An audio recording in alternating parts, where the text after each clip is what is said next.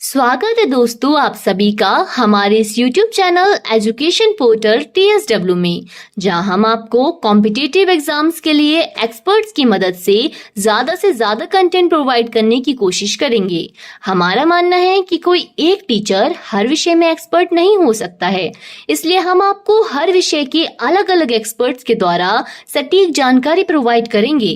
तो चलिए देखते हैं आज के एक्सपर्ट लेक्चर के साथ ये वीडियो। अरुंडेल का संबंध ये जो किस शास्त्रीय नृत्य से है? तो देखिए, रुक्मणी देवी अरुंडेल का जो संबंध है ना, ये आपके भरतनाट्यम नृत्य से है। तो भरतनाट्यम आपका यहाँ पे करेक्ट आंसर होगा।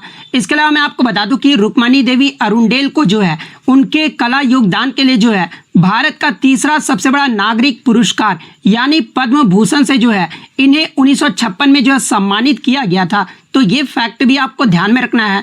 इसके अलावा मैं आपको बता दूं कि ये जो आपका कालिदास सम्मान जो कि आपका मध्य प्रदेश सरकार के द्वारा दिया जाता है, और रुक्मणी देवी अरुंडेल को 1984 में जो है कालिदास सम्मान से भी जो वो सम्मानित किया गया था। तो ये पॉइंट भी आप ध्यान में रखिएगा।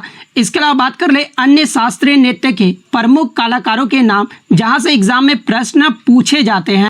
तो देखिए, सबसे पहले अगर हम लोग बात कर ले भरतनाट्यम नृत्य के बारे में, तो भरतनाट्यम जो ये आपका तमिलनाडु राज्य का एक शास्त्रीय नृत्य है। और अगर इसके प्रमुख कलाकारों की अगर मैं बात कर लूँ तो देखिए, ई कृष्णा अय्यर, रुक्मणी देवी अरुंडेल, यामिनी कृष्णमूर्ति, लक्ष्मी विश्वनाथन, पद्म सुब्रमण्यम, मृणालिनी साराभाई, मल्लिका साराभाई, इन सभी का जो संबंध है ना, ये आपके भरतनाट्यम नृत्य से है। इसके अलावा कुचिपुड़ी नृत्य की बात कर ले तो देखिए, कुचिपुड़ी जो है ये आपका आंध्र प्रदेश राज्य का एक शास्त्रीय नृत्य है। और अगर इनके प्रमुख कलाकारों के नाम की अगर मैं बात कर लूँ तो देखिए, बाला सरस्वती, रागिनी देवी, राधा रेड्डी और राजा रेड्डी, यामिनी कृष्णमूर्ति, इंद्राणी रहमान, इन सभी का जो संबंध है ना, ये आपके कुचिपुड़ी शास्त्रीय नृत्य से है। अब देखिए, बहुत सारे बच्चे जो है यहाँ पर कंफ्यूज रहते हैं, जैसे कि यामिनी कृष्णमूर्ति को लेकर। यामिनी कृष्णमूर्ति का संबंध भरतनाट्यम नृत्य से भी है और कुचिपुड़ी नृत्य से भी है, लेकिन बच्चे बोलते हैं कि सर कुचिपुड़ी नृत्य से संबंधित है। तो देखिए, मैं आपको बता दूं कि यामिनी कृष्णमूर्ति का जो संबंध है ना,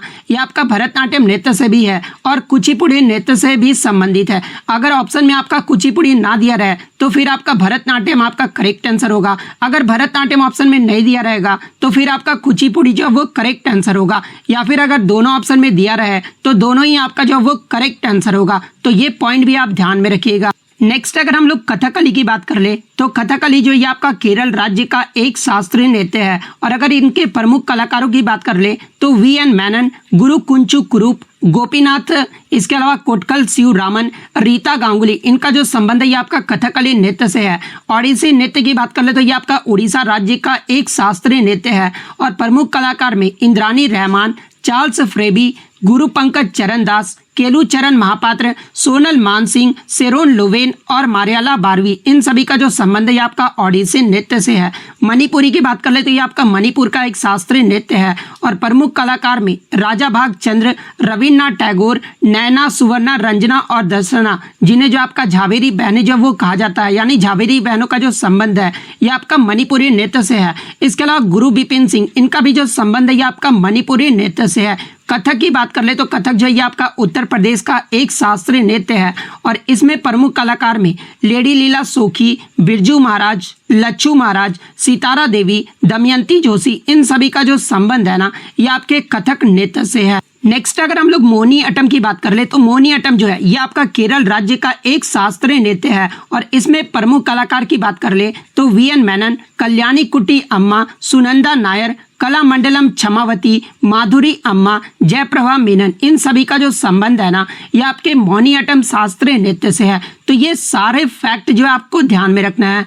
नेक्स्ट क्वेश्चन आपका यहाँ पर आता है कि कुचिपुड़ी ये जो आपका किस राज्य का जो है एक शास्त्रीय नृत्य है? तो देखिए, अगर कुचिपुड़ी की बात कर ले तो ये आपका आंध्र प्रदेश राज्य का जो है एक शास्त्रीय नृत्य है। तो आंध्र प्रदेश आपका यहाँ पे करेक्ट आंसर होगा। इसके अलावा मैं आपको बता दूं कि वर्तमान में संगीत नाटक अकादमी के अकॉर्डिंग जो है भारत में टोटल 8 शास्त्रीय नृत्यों को जो है वो दर्जा दिया गया है। और वो 8 शास्त्रीय नृत्य कौन कौन से हैं? तो पहला आपका कथकली है जो कि आपका केरल राज्य का एक शास्त्रीय नृत्य है।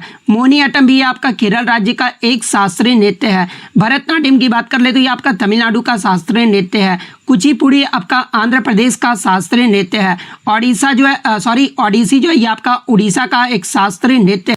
इसके अलावा मणिपुरी की बात कर ले तो मणिपुरी जो है ये आपका मणिपुर का एक शास्त्रीय नृत्य है। इसके अलावा मैं आपको बता दूं कि आज ही के शिफ्ट में जो आपका सत्रिया नृत्य के बारे में भी पूछा गया था। तो देखिए सत्रिया नृत्य जो है ये आपका असम राज्य का एक शास्त्रीय नृत्य है, तो असम आपका यहाँ पे करेक्ट आंसर होगा। इसके अलावा बात कर ले सत्रिया नृत्य की स्थापना ये जो आपका किसके द्वारा किया गया था, तो ये आपके श्रीमंता शंकर देव के द्वारा जो है 15वीं शताब्दी में जो है सत्रिया नृत्य की जो खोज है वो की गई थी। इसके अलावा बात कर ले सत्रिया नृत्य को जो है शास्त्रीय नृत्य का दर्जा ये जो है कब दिया गया था, तो ये आपका 2000 ईस्वी में जब वो दिया गया था।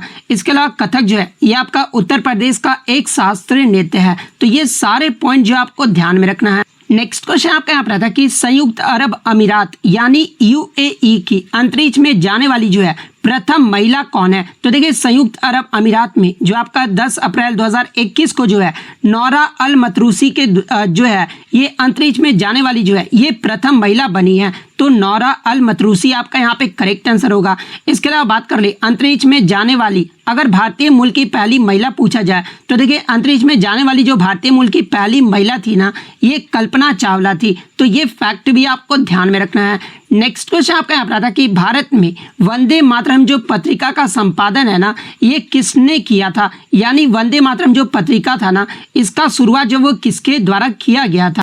तो देखिए अगर वंदे मातरम पत्रिका की बात कर ले तो ये आपका अंग्रेजी भाषा का जो एक समाचार पत्र था और इसका जो प्रकाशन है ना ये 1905 में अरविंदो घोष के द्वारा जो है वो किया गया था। तो अरविंदो घोष आपका यहाँ पे करेक्ट आंसर होगा। इसके अलावा वंदे मातरम की बात कर ले तो ये जो आपका भारत का जो है एक राष्ट्रीय गीत है और इसकी जो रचना है ना ये आपके बंकिम चंद्र चटर्जी के द्वारा उनके अपने उपन्यास आनंद मठ में जो है ये संस्कृत भाषा में जो वो किया गया था। तो ये पॉइंट भी आपको ध्यान में रखना है। इसके अलावा बात कर ले अंग्रेजी भाषा का जो है सबसे पहला जो साप्ताहिक समाचार पत्र था ये कौन था। तो देखिए अंग्रेजी भाषा का जो साप्ताहिक समाचार पत्र था ना ये आपका बंगाल गजट था। और बंगाल गजट जो है ये कब प्रकाशित हुआ था और कहां पर प्रकाशित हुआ था। तो देखिए बंगाल गजट का जो प्रकाशन है ना ये आपका जेम्स हिकी के द्वारा कोलकाता में जो है ये आपका प्रकाशित किया गया था। तो ये पॉइंट भी आप ध्यान में रखिएगा।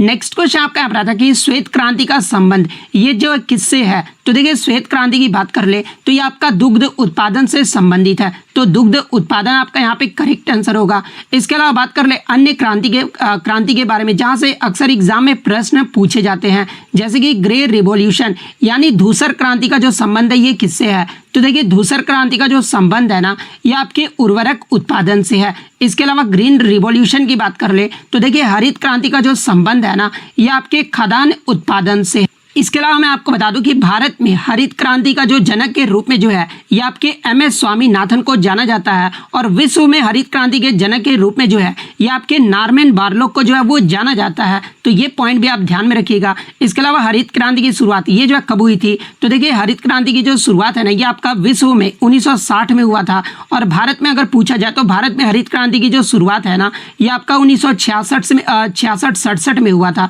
तो ये पॉइंट भी आप ध्यान में रखिएगा।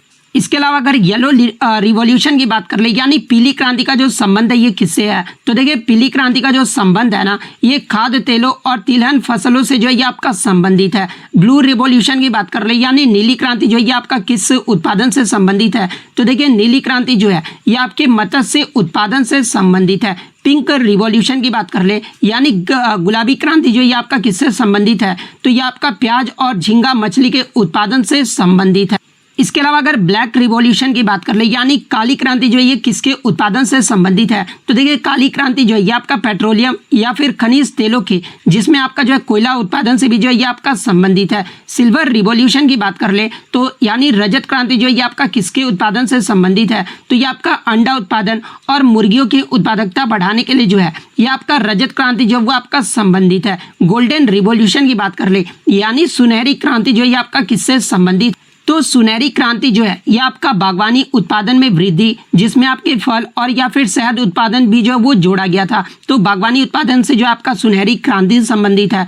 राउंड रिवॉल्यूशन यानी गोल क्रांति की बात कर ले तो इसका संबंध जो है देश में आलू के उत्पादन को बढ़ावा देने के लिए था। आलू के उत्पादन का जो है बढ़ाना था। तो गोल क्रांति जो ये आपका किससे संबंधित है। तो ये आपके आलू के उत्पादन से संबंधित है। तो ये सारे फैक्ट जो आपको ध्यान में रखना है। नेक्स्ट क्वेश्चन आपका यहाँ पर आता है कि निकट दृष्टि दोष के निवारण के लिए जो है कौन सा लेंस का जो है उपयोग किया जाता है? तो देखिए निकट दृष्टि दोष की बात कर ले तो इसमें जो क्या होता है ना, निकट दृष्टि दोष में आपको जो सामने की जो वस्तुएं होती है ना वो आपको स्पष्ट रूप से दिखाई देता है और जो दूर की वस्तुएं होती है ना वो आपको स्पष्ट रूप से दिखाई नहीं देता है और इसी के निवारण लेंस का जो है प्रयोग किया जाता है। तो अवतल लेंस आपका यहाँ पे करेक्ट आंसर होगा। इसी से विपरीत अगर आपसे पूछा जाए कि आपका जो है दूरदृष्टि दोष के निवारण के लिए कौन सा लेंस उपयोग किया जाता है, तो देखिए दूरदृष्टि दोष के निवारण के लिए जो है ये आपका उत्तल लेंस का प्रयोग जो है वो किया जाता है। तो ये फैक्ट भी आपको ध्यान में रखना है। नेक्स्ट क्वेश्चन आपका यहाँ पर आता है कि हड़प्पा सभ्यता की मोहरें कौन सी नहीं है? तो देखिए मैं आपको बता दूं कि हड़प्पा सभ्यता में जो है 1000 से अधिक जो आपके मोहरे थे, लेकिन जो प्रमुख मोहरे थे वो आपके पशुपति की मोहर था और सेकंड आपका यूनिकॉर्न वाली मोहर, ये जो आपका हड़प्पा सभ्यता के जो है प्रमुख मोहरे थे। और इसके अलावा मैं आपको बता दूं कि हड़प्पा की जो मोहरे थे ना वो आपके ज़्यादातर जो है वो आपके सिल्क खड़ी यानी सिएटाइट का जो है ये आपका बना होता था और उनमें भी जो आपके कुछ टेराकोटा, सोना, अगेट, चट, आइवरी और फेंस ये सब के जो आपके बने होते थे। तो ये फैक्ट भी आप ध्यान में रखिएगा। इसके अलावा मैं आपको बता दूं कि ये जो आपके पशुपति की जो मोहर थी, इन मोहरों में जो आपके दर्शाए जाने वाले जो जानवर थे ना, यानी हड़प्पा सभ्यता के मोहर में जो आपके दर्शाए जाने वाले जानवर थे वो आपके बाघ, हाथी, बैल, बाइसन और बकरी थे। तो ये सारे पॉइंट जो आपको ध्यान में रखना है। इसके अलावा मैं आपको बता दूं कि यहाँ से एग्जाम में सिंधु घाटी सभ्यता के स्थल के बारे में भी पूछा जाता है कि इनमें से कौन सा सिंधु घाटी सभ्यता का स्थल जो है वो नहीं है। तो देखिए सिंधु घाटी सभ्यता के स्थल की बात कर ले तो हड़प्पा जो है ये आपका कहाँ पर स्थित था? तो ये आपका पाकिस्तान के पंजाब प्रांत में स्थित था। मोहनजोदड़ो की बात कर ले तो ये भी आपका पाकिस्तान में स्थित था। सुल्तान दौर की अगर मैं बात कर लूँ तो ये आपका पाकिस्तान के बलूचिस्तान में स्थित है।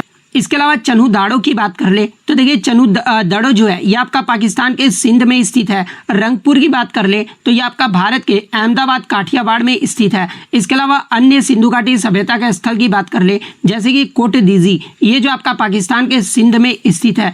इसके अलावा रोपड़ की बात कर ले तो ये आपके भारत के पंजाब में स्थित है। इसके अलावा अगर लोथल की बात कर ले तो ये आपका काठियावाड़, अहमदाबाद में स्थित है। आलमगीरपुर की बात कर ले तो ये आपके उत्तर प्रदेश के मेरठ में स्थित है। कालीबंगा की बात कर ले तो ये आपका राजस्थान के हनुमानगढ़ में स्थित है। सुरकोटरा की बात कर ले तो ये आपका गुजरात के कच्छ में स्थित है।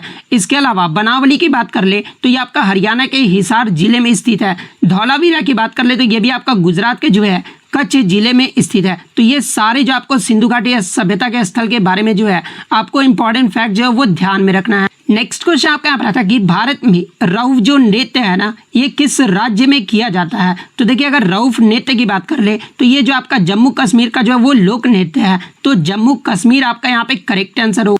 सॉरी यहाँ पे राज्य नहीं, राज्य या फिर केंद्र शासित प्रदेश पूछा गया होगा। इसी से मिलता जुलता एक और आपका नाम है जो राउत नाचा लोक नृत्य है। तो देखिए ये जो आपका राउत नाच जो लोक नृत्य है ना ये छत्तीसगढ़ राज्य का जो है एक लोक नृत्य है। तो ये फैक्ट भी आपको ध्यान में रखना है। इसके अलावा बात कर रहे हैं जम्मू कश्मीर के अन्य प्रमुख लोक नृत्य के बारे में जैसे कि दुमहल डांस, रऊफ डांस, वेगी नाचुन, भांड पाथेर, इसके अलावा बाच नगमा, कुंद डांस और हाफिजा डांस, ये सभी जो नृत्य है ना ये जम्मू कश्मीर के प्रमुख नृत्य हैं। तो ये पॉइंट भी आप ध्यान में रखिएगा। नेक्स्ट क्वेश्चन आपका यहाँ पर आता है कि किस वर्ग के पौधे में जड़, तना, पत्ती, फूल, फल निश्चित रूप से जो है ये आपके पाए जाते हैं? तो देखिए ये जो आपका सपुष्पक जिसे जो आपका समृद्ध बीजी, आवृत बीजी या फिर एंजियोस्पर्म भी जो है वो कहा जाता है।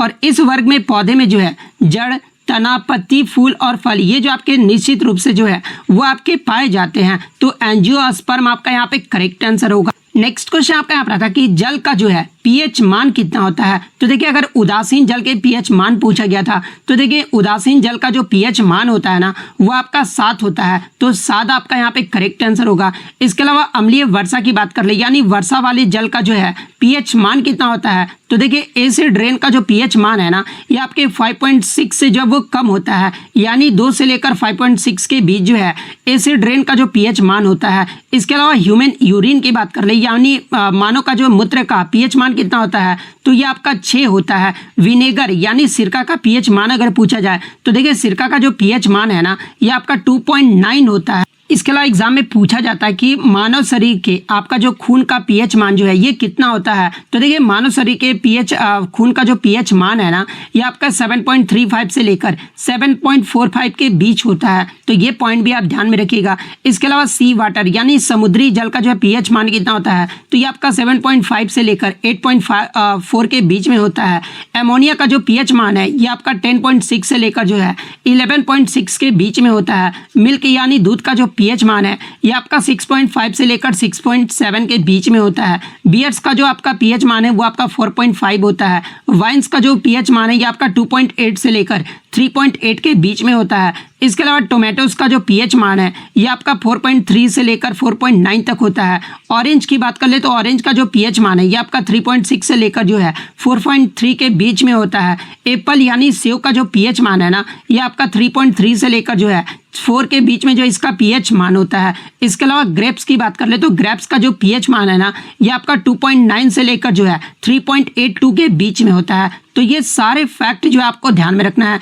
इसके अलावा बात कर ले पीएच का जो आपका रेंज है वो कितना होता है, तो देखिए पीएच स्केल का जो रेंज है ना वो आपका 0 से लेकर जो है वो आपका 14 तक होता है। इसके अलावा पीएच का जो एग्जाम में फुल फॉर्म पूछा जाता है, तो देखिए पीएच का जो फुल फॉर्म होता है ना ये आपका पोटेंशियल ऑफ हाइड्रोजन या फिर पावर ऑफ हाइड्रोजन होता है। तो ये सारे फैक्ट जो आपको ध्यान में रखना है। नेक्स्ट क्वेश्चन आपका यहाँ पर था कि घग्गर नदी ये जो आपका कहाँ से निकलती है, तो देखिए अगर घग्गर नदी के उद्गम की बात कर ले तो ये आपका हिमाचल प्रदेश के शिवालिकों की पहाड़ियों से जो या इसका उद्गम जो वो होता है। तो अगर पहाड़ी पूछा गया था तो शिवालिका आपका यहाँ पे करेक्ट आंसर होगा, और अगर राज्य पूछा गया था तो हिमाचल प्रदेश आपका यहाँ पे करेक्ट आंसर होगा। नेक्स्ट क्वेश्चन आपका यहाँ पर आता है कि पेनिसिलिन ये जो है किससे प्राप्त होता है, तो देखिए पेनिसिलिन की बात कर ले तो ये जो आपका एल्गी यानी कवक से जो है ये आपका प्राप्त होता है। और किस कवक नामक से प्राप्त होता है, तो देखिए पेनिसिलिन जो है ये आपका ग्रीन मोल्ड पेनिसिलियम नोटियम नामक कवक से जो ये आपका प्राप्त होता है। तो कवक आपका यहाँ पे करेक्ट आंसर होगा।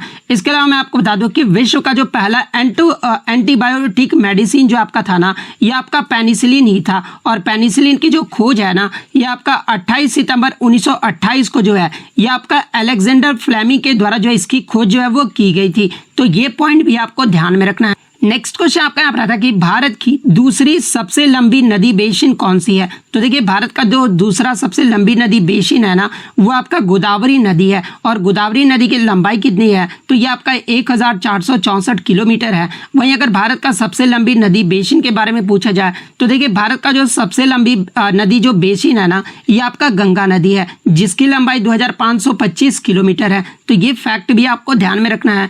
इसके अलावा बात कर ले गोदावरी नदी का उद्गम ये जो है कहाँ से होता है, तो देखिए गोदावरी नदी जो है ये आपका महाराष्ट्र के त्र्यंबकेश्वर से जो है इसका उद्गम होता है। इसके अलावा एग्जाम में अगर पूछा जाए कि दक्षिण भारत की सबसे लंबी नदी कौन सी है, तो देखिए दक्षिण भारत की जो सबसे लंबी नदी है ना ये आपका गोदावरी नदी है। और गोदावरी नदी को जो है ये आपका दक्षिण गंगा के नाम से भी जो वो जाना जाता है।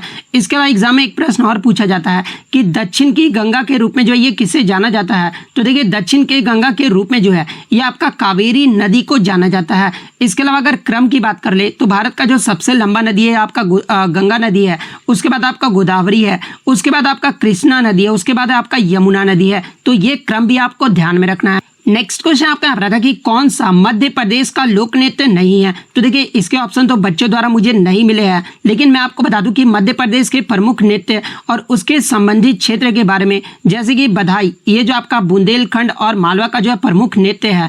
भगोरिया की बात कर ले तो ये आपका झाबुआ और अलीराजपुर का जो है ये आपका प्रमुख नृत्य है। जावरा की बात कर ले तो ये आपका बुंदेलखंड और मालवा का जो है प्रमुख नृत्य है। इसके अलावा काकसर की बात कर ले तो ये आपका मालवा का जो है प्रमुख नृत्य है। भीलमती की बात कर ले तो ये भी आपका मालवा का जो है प्रमुख नृत्य है। ग्रीडा की बात कर ले तो ये आपका मालवा का जो है प्रमुख नृत्य है। इसके अलावा कर्मा की बात कर ले तो कर्मा तो आपका छत्तीसगढ़ राज्य का जो है लोक नृत्य है। इसके अलावा झारखंड का भी जो है लोक नृत्य है और मध्य प्रदेश का भी है। तो अगर कर्मा में आपका क्षेत्र की बात कर ले तो ये आपके मध्य प्रदेश के शहडोल और रीवा क्षेत्र का जो है ये आपका प्रमुख नृत्य है। इसके अलावा मटकी की बात कर ले तो मटकी जो है ये आपका मालवा क्षेत्र का जो है ये प्रमुख नृत्य है। तो इनमें से आपका 3 तो ऑप्शन में दिया गया था। इसके अलावा जो चौथा ऑप्शन होगा ना वो आपका करेक्ट आंसर होगा, क्योंकि इसमें जो आपका कौन सा नहीं है वो आपसे पूछा गया था। नेक्स्ट क्वेश्चन आपका यहाँ पर आता है कि गुप्त काल में क्या नहीं हुआ था, तो इसके भी ऑप्शन मुझे नहीं मिले। लेकिन गुप्त काल की अगर मैं बात कर लूँ तो देखिए गुप्त वंश की जो स्थापना है ना, ये 275 ईस्वी में श्री गुप्त के द्वारा जो है गुप्त वंश की जो स्थापना है वो किया गया था। इसके अलावा गुप्त वंश का जो दूसरा शासक था ना, ये आपका महाराज जो घटोत्कच था, ये आपका गुप्त वंश का जो दूसरा शासक था। और ये जो आपके श्री गुप्त का जो है वो पुत्र यानी उत्तराधिकारी था। इसके अलावा मैं आपको बता दूं कि श्री गुप्त और घटोत्कच जो है ये महाराज की उपाधि जो वो धारण किए थे। इसके अलावा गुप्त वंश में जो महाराजा धीराज की जो उपाधि है ना, ये चंद्रगुप्त प्रथम के द्वारा जो है इस उपाधि को जो वो धारण किया गया था। तो ये पॉइंट भी आप ध्यान में रखिएगा। इसके अलावा मैं आपको बता दूं कि समुद्रगुप्त भी जो है ये आपके जो है गुप्त वंश के जो है सम्राट थे। और इनके जो उत्तराधिकारी थे ना, ये आपके चंद्रगुप्त द्वितीय थे, जिन्हें जो है विक्रमादित्य के नाम से भी जो है वो जाना जाता है। और विक्रमादित्य के द्वारा जो है ये आपका मालवा, गुजरात और काठियावाड़ के व्यापक क्षेत्रों पर जो है इन्होंने जो वो विजय भी जो है वो प्राप्त की। इसके अलावा मैं आपको बता दूं कि गुप्तकालीन अभिलेखों में सबसे पहले जो आपका स्तंभ लेख का जो उल्लेख किया गया था वो आपका समुद्रगुप्त के प्रयाग स्तंभ लेख का जो है सबसे पहले उल्लेख जो है वो किया गया था। तो इनमें से आपका 3 पॉइंट तो दिया गया होगा। इसके अलावा चौथा पॉइंट जो होगा ना वो आपका करेक्ट आंसर होगा। नेक्स्ट क्वेश्चन आपका यहाँ पर आता है कि विंग्स ऑफ फायर ये जो है किस प्रकार का किताब है। तो देखिए अगर विंग्स ऑफ फायर पुस्तक की बात कर ले तो ये जो आपका डॉक्टर APJ अब्दुल कलाम की जो है ऑटोबायोग्राफी यानी आत्मकथा है। और विंग्स ऑफ फायर जो पुस्तक है ना, ये आपके डॉक्टर APJ अब्दुल कलाम और अरुण तिवारी के द्वारा जो है इस पुस्तक को जो है वो लिखा गया था। इसके अलावा मैं आपको बता दूं कि डॉक्टर APJ अब्दुल कलाम को जो है ये आपका भारत के मिसाइल मैन भी कहा जाता है और ये आपके भारत के राष्ट्रपति भी थे। तो ये सारे पॉइंट जो आपको ध्यान में रखना है। नेक्स्ट क्वेश्चन आपका यहाँ पर SLR और रिवर्स रेपो रेट से जो है वो आपका पूछा गया था। और देखिए मैं आपको बता दूं कि इकोनॉमिक्स से जो है आज आपके 3 से 4 प्रश्न जो है वो पूछे गए थे। तो देखिए अगर रिवर्स रेपो रेट की बात कर ले तो देखिए रिवर्स रेपो रेट वह दर होता है जिस पर भारतीय कमर्शियल बैंक जो है RBI का पैसा जो है ना वो आपका उधार जो है वो देता है। यानी रिवर्स रेपो रेट में जो है भारतीय कमर्शियल बैंक जो है RBI को जो पैसा है ना वो आपके उधार जो वो देते हैं। वहीं अगर रेपो रेट की बात कर रही है तो आपका रिवर्स रेपो रेट हो गया। रेपो रेट वह ब्याज दर होता है जिस पर किसी देश का केंद्रीय बैंक जो होता है ना वो वाणिज्य बैंक को जो पैसा है वो उधार देता है और ये जो आपका रेपो रेट जो वो कहा जाता है। इसके अलावा अगर SLR की बात कर ले तो SLR का जो फुल फॉर्म होता है ना ये आपका स्टैट्यूटरी लिक्विडिटी रेशियो होता है। और SLR में आपको बैंकों का SLR वह जमा फंड होता है जो बैंक किसी लोन से पहले जो है कुछ फंड जो है अनिवार्य रूप से अपने पास रखता है। और कुछ फंड में अगर बात कर ले तो इसमें जो आपका नकदी, गोल्ड रिजर्व, सरकारी प्रतिभूति, इसके अलावा बॉन्ड्स भी जो है ये आपके शामिल जो है वो होते हैं।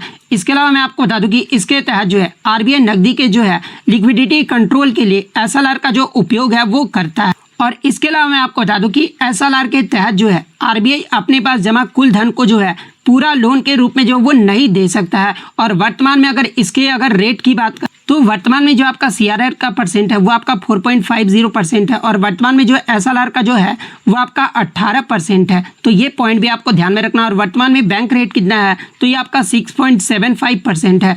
तो इतने क्वेश्चन जो है आज मुझे बच्चों के द्वारा मिले हैं जो कि 100% रियल और ऑथेंटिक है। इसके अलावा अगर आपको कोई भी क्वेश्चन याद है तो आप कमेंट करके बता दीजिएगा। मैं जब ऑल शिफ्ट का वीडियो प्रोवाइड करूंगा तो ये सारे प्रश्न जो है इंक्लूड कर लूंगा। तो वीडियो देखने के लिए आपको धन्यवाद। अगर वीडियो अच्छी लगी हो तो लाइक जरूर कर दीजिएगा और इसी तरह रियल वीडियो देखने के लिए थैंक यू दोस्तों। हम फिर मिलेंगे इसी एजुकेशन पोर्टल TSW चैनल पर एक नए टॉपिक के साथ।